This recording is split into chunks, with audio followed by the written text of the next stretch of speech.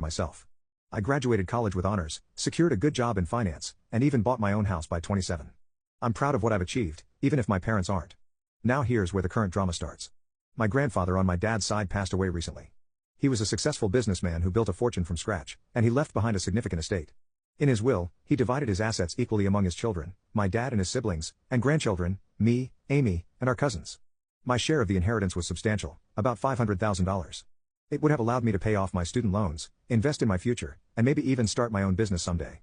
I was grateful for this unexpected windfall and the opportunities it could provide.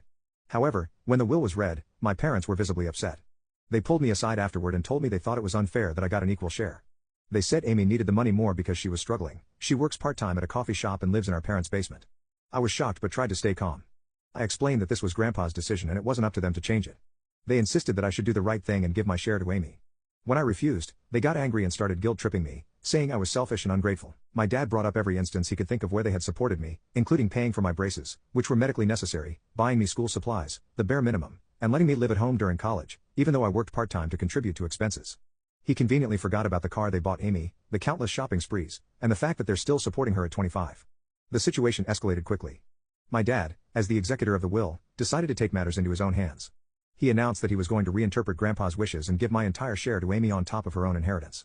He claimed this is what Grandpa would have wanted if he had known our individual circumstances. I was devastated.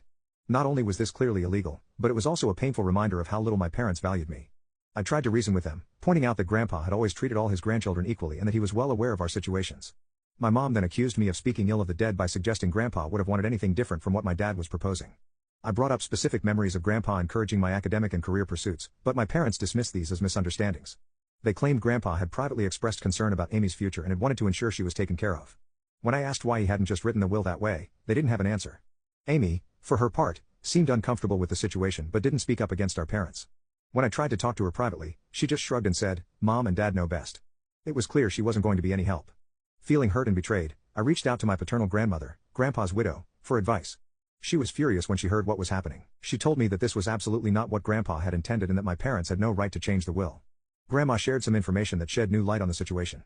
Apparently, my parents had approached Grandpa a few years ago asking him to leave everything to Amy in his will. Grandpa had firmly refused, stating that he believed in treating all his grandchildren equally. He had even added a clause to his will stating that anyone who contested the equal distribution would forfeit their share. Armed with this information, I confronted my parents. They were shocked that Grandma had told me about their previous attempt to influence the will.